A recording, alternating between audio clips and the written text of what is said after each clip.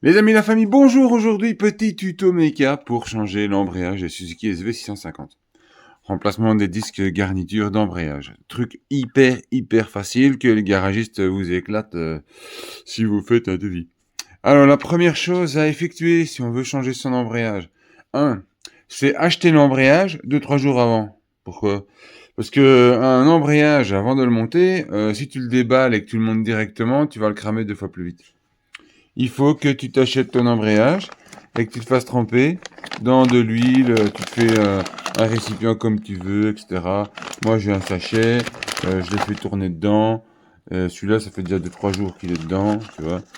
Que tu l'achètes en EBC, en AliExpress ou en TRW, ce que tu veux, le concept est le même. Tu dois les faire tremper, comme ça tes disques sont bien imbibés et ça évite qu'au premier 10 km, tu es à sec et tu uses les garnitures à la vitesse de la lumière. Pour pouvoir commencer à travailler sur ta machine, la première chose à faire évidemment, c'est effectuer la vidange de l'huile. Donc tu défais ton bouchon de vidange à la clé de 14 qui se trouve en dessous, hein, celui que tu as le petit aimant. Comme ça en même temps tu peux voir la santé de ton moteur. Donc ici, ça se trouve là-bas. C'est lui-là, c'est le truc qui est là. Ok? Tu défais ça. Puis après, il faudra vidanger le circuit d'eau. Circuit de refroidissement, pour pouvoir le vidanger, tu démontes le petit boulon qui est ici. Clé de 10. Tu te prends un réservoir, un bac, n'importe quoi. Tu démontes ça à la clé de 10. Quand tu vas défaire ça en 1, il va absolument rien se passer, il va pas couler, rien du tout.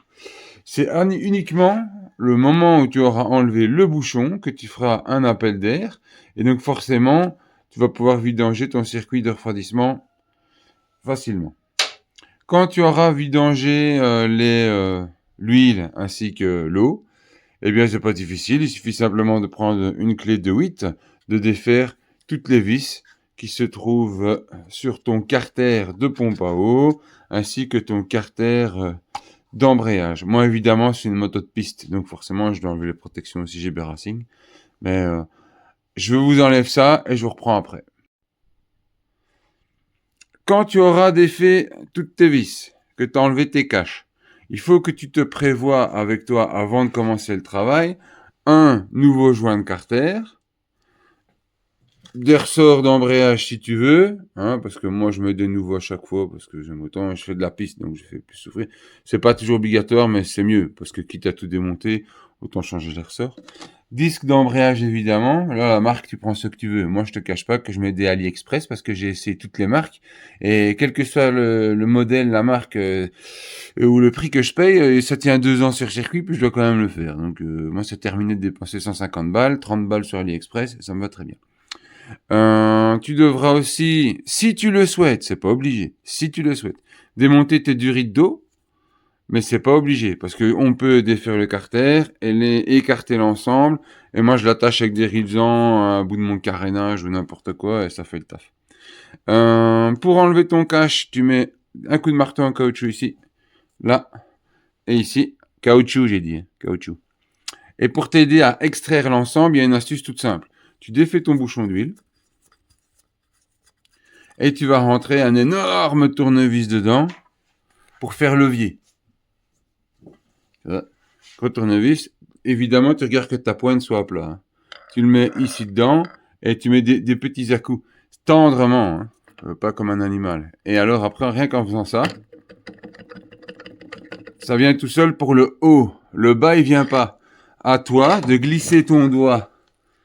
Est-ce que c'est là? Là, tu as un plat. Et ben, tu dois tirer sur le plat. Et en même temps, il y a le même plat là. Tu dois tirer sur le plat ici. Et hop, à une main en filmant, tu vois, je l'ai eu. Alors que normalement, c'est dur à mort à défaire, c'est le carnage. Mais grâce au fait du petit levier là et des petits coups de marteau en caoutchouc avant, eh bien, ça vient réellement tout seul. Je l'ai fait en live là, c'est sans trucage. Je vais pas démonter avant. Alors ici, mon cache, comme je te disais, ben, il est pendu que par mes deux flexibles ici. Si tu veux les enlever, tu les enlèves. Si t'as pas envie parce que c'est pas obligatoire parce que ta zone de travail elle est là, eh ben moi je vais l'attacher. Ok? Je les attache et je te montre. Voilà, tu vois, moi j'ai mis un petit colson ici dans un trou de fixation avec le pot d'échappement. Et ainsi, pour moi travailler dans cette zone-ci, ça gêne absolument pas que ça reste. Et j'ai une chance de fou, c'est que mon joint, il est nickel, il est pas pété. Donc je devrais pas en acheter un autre. Je vais pouvoir le réutiliser. Donc ça, c'est top. Alors, pour démonter ton plateau d'embrayage, super facile. Tu as juste les 6 vis métrique 10 à desserrer. Je te le fais tout de suite. Petite précision, quand tu démontes ton plateau, pour que tu le démontes de manière équilibrée, tu le fais en croix. Ok, donc tu fais 3 en forme de triangle et les 3 autres, pareil.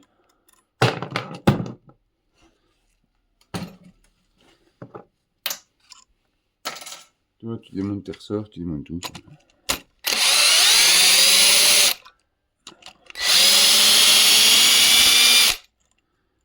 C'est pas compliqué du tout.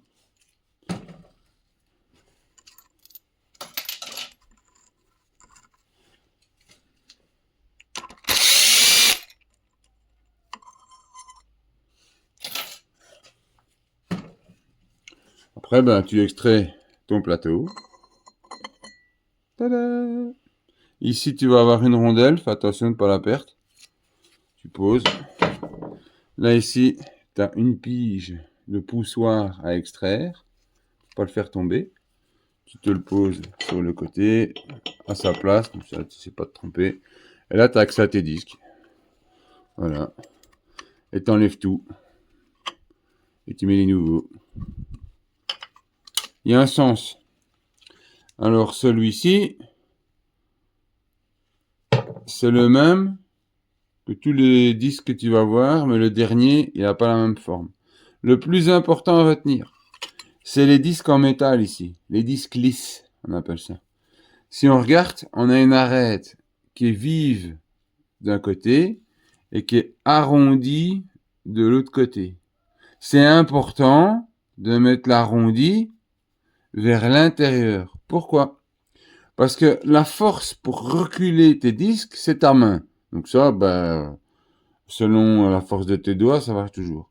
Mais ce que tu veux quand tu passes tes vitesses, c'est que ton embrayage, il se referme bien, il se verrouille pour ne pas patiner, justement.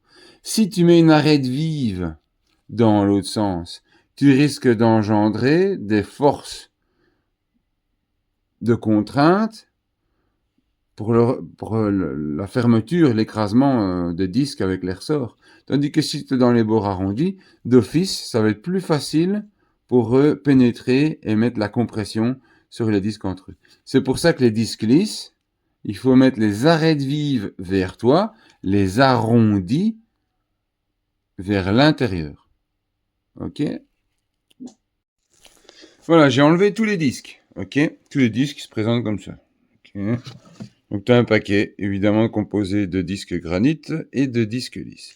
Ils sont presque tous les mêmes, sauf le dernier. Le dernier, si tu compares avec un disque du début et le dernier, on voit clairement qu'il y a une différence. Pourquoi? Parce que d'origine, si on regarde bien, là-bas, il y a une rondelle ressort. Tu vois ça?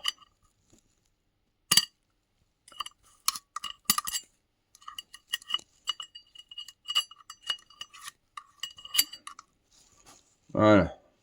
C'est pour elle.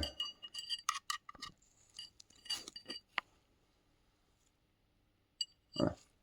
C'est pour elle ici. Ok? Cette rondelle-là, il lui faut de la place. Donc le disque du fond, c'est lui que tu mets le diamètre le plus grand intérieur pour que forcément tu aies la place pour la rondelle ressort. À quoi sert la rondelle ressort? La rondelle ressort aide à ce que tu puisses trouver le point neutre plus facilement. Ça sert uniquement à ça. Rondelle ressort qui doit être supprimée si tu as monté un embrayage de course TSS anti-drippling d'ailleurs. J'ai déjà fait un tuto là-dessus. Soit. Donc, ça veut dire aussi que pour tes nouveaux disques en granit, Tu peux commencer ton montage en mettant évidemment en premier ton nouveau disque gros diamètre intérieur.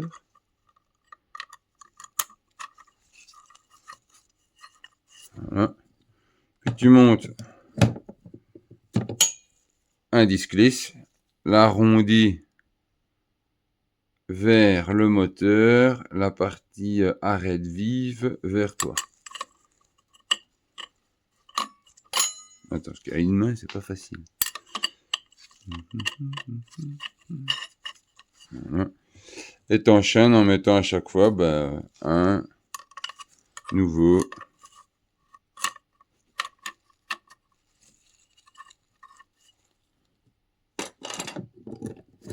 un disque lisse, etc., etc. Je te fais tout l'assemblage de tous les disques et on se voit après.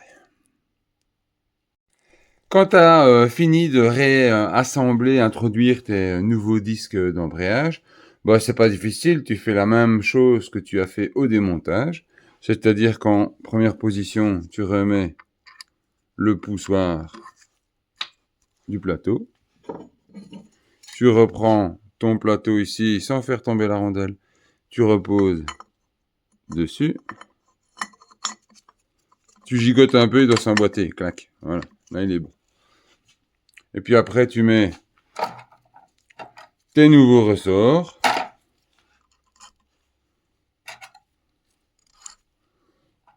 Comme au démontage, tu montes d'abord en triangle.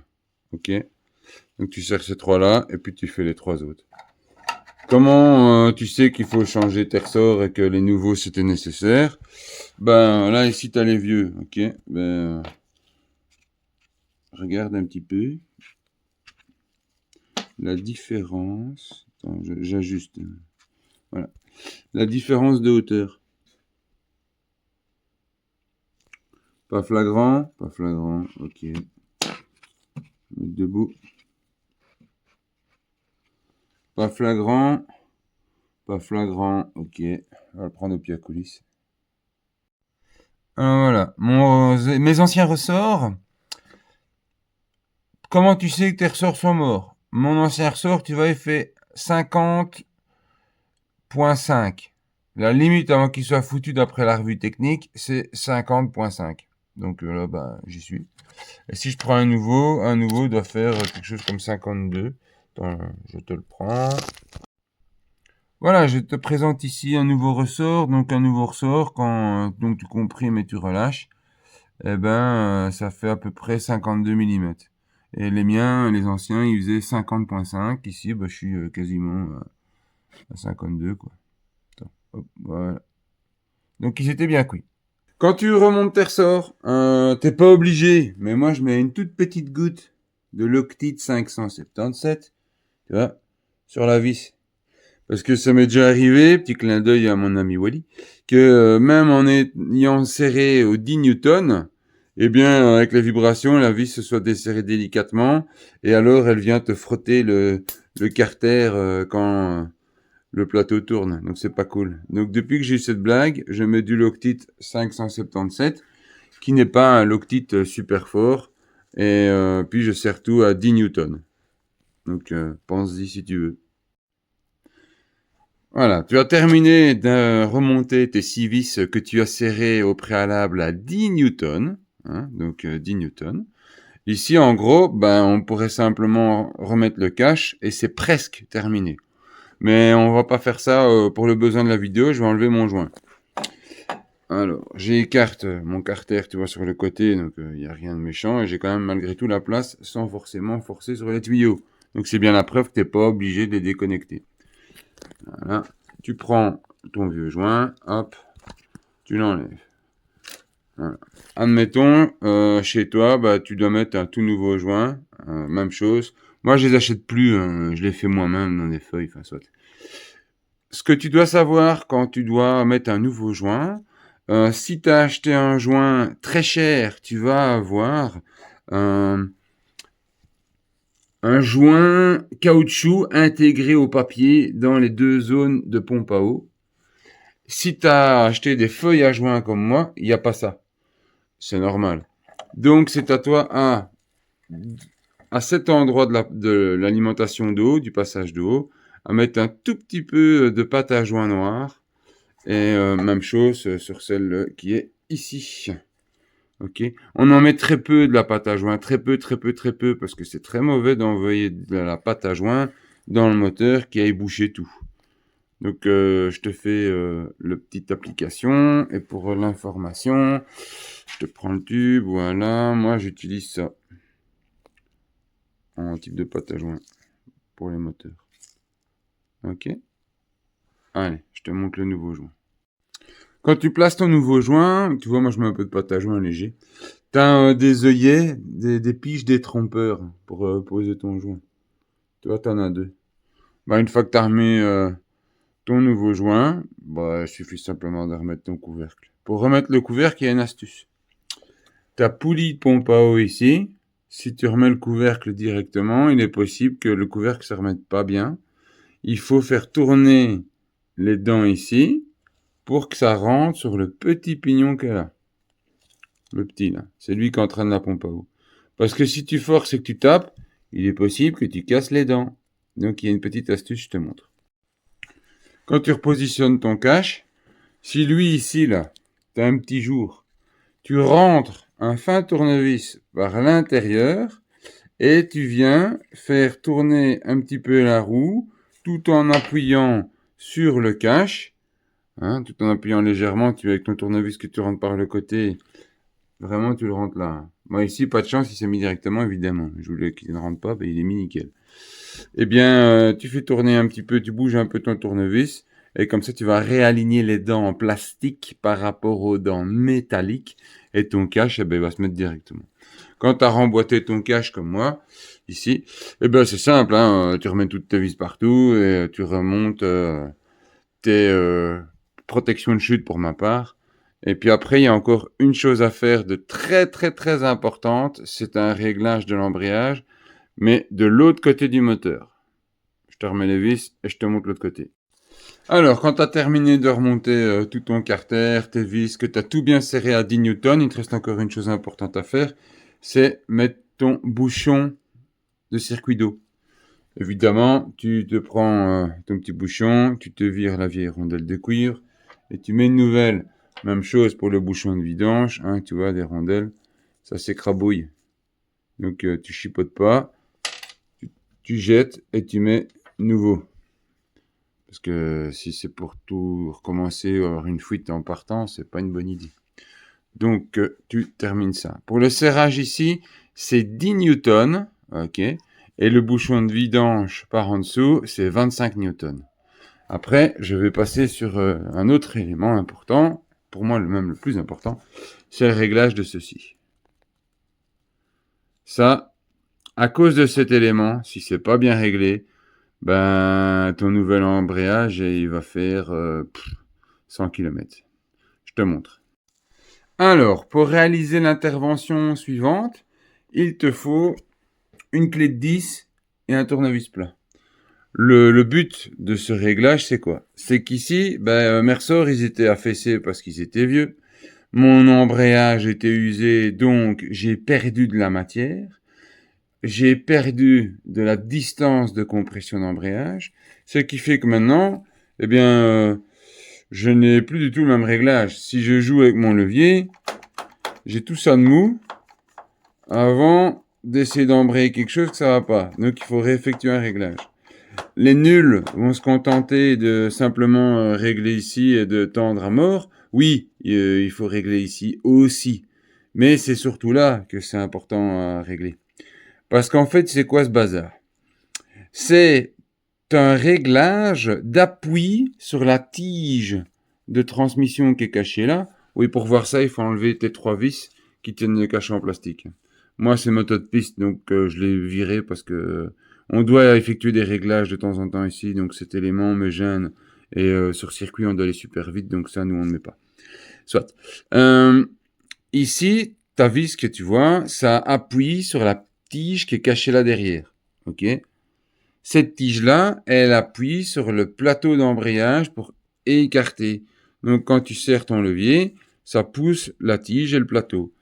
Si tu n'as pas de jeu ici. Donc, il faut que tu aies un jeu, tu vois. Je vais essayer de fixer mon GSM.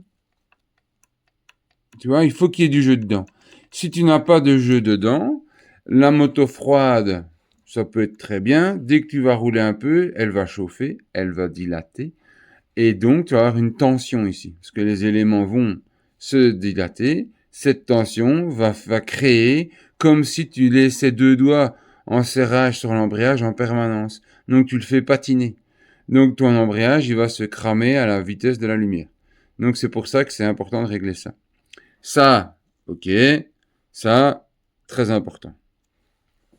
Pour régler ça, on va simplement prendre une clé de 10, comme ceci, que l'on impose ici. Je desserre. Voilà. Le contre-écrou.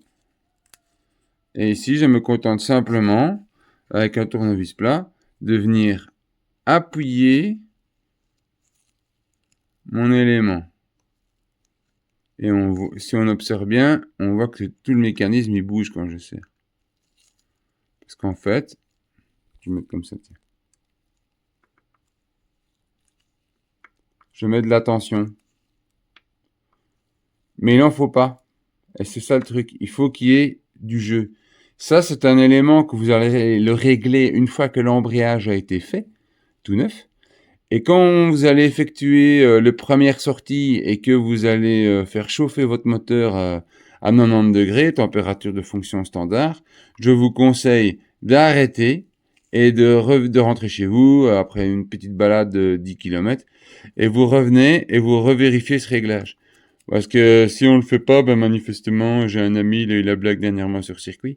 Et j'avais oublié aussi de lui dire de vérifier ça. Et malheureusement, il a cramé son embrayage, n'est-ce pas Antoine? Donc voilà, cet élément-ci, c'est important de le régler. Comment est-ce qu'on le règle? On le met contre. Donc on desserre l'écrou au maximum. D'accord? On le met simplement contre. De manière à ce que je sente une légère résistance. Une fois que j'ai une résistance, je défais un demi-tour. Voilà. Et là, si je gigote, j'ai du jeu dedans, tu vois. Ah bah ça, c'est le bon réglage. Ouais, il y a trop de jeu. Non, non, non, il n'y a pas trop de jeu. Vaut mieux avoir encore possibilité de resserrer après que de mettre un jeu trop juste et tu crames ton embrayage, il faut tout redémonter. Donc, fais-moi confiance. Donc, et après, tu bloques ton contre-écrou.